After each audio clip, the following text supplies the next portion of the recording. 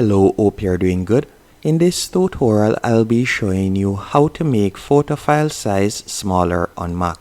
The first thing you want to do is locate the photo that you would like to change the file size for.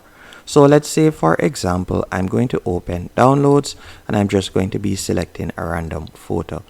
So let's say this photo. All you'll need to do is select the photo, then you're going to right click.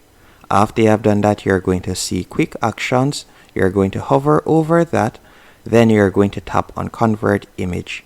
Once you have tapped on convert image, you're going to see a small box pop up. From here, you could change the format if you want, and you can also tap on image size. Once you have tapped on image size, you will see 4 different options. So originally it was 141 KB, but I can change it down to 26 KB if I want, or 60 KB. All I would need to do is select it. Then from there, I'm going to tap on convert. And once you have tapped on convert, you can see right there that the size has now changed, as you can see here.